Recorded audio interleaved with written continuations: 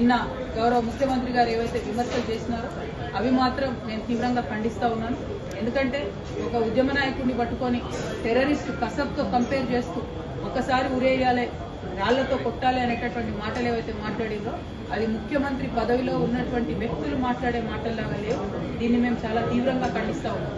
మరి ప్రత్యేకించి నేను కేసీఆర్ గారి బిడ్డగా రేవంత్ రెడ్డి గారు అట్లాంటి మాటలు మాట్లాడుతూ ఉంటే నా రక్తం మరిగిపోతా ఉంది. ఎందుకోసం అంటే చేసినటువంటి ఉద్యమం, చేసినటువంటి త్యాగం, వచ్చినటువంటి రాష్ట్రం డెఫినెట్గా కేసీఆర్ గారి ఉద్యమ ఫలితమే.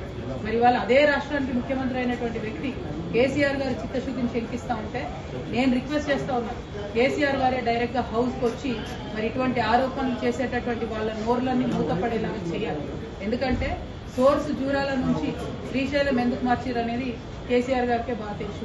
అట్లా కాకుండా ఈ బబుల్ షూటర్స్గా చెప్పుకునేటటువంటి వాళ్లకు డిప్యూటీ ఫ్లోర్ లీడర్ పదవులు ఇచ్చి మరి వారితో జవాబు చెప్పిద్దామంటే ప్రజలకైతే విషయం అర్థం కాదు, మ్యాటర్ పోదు.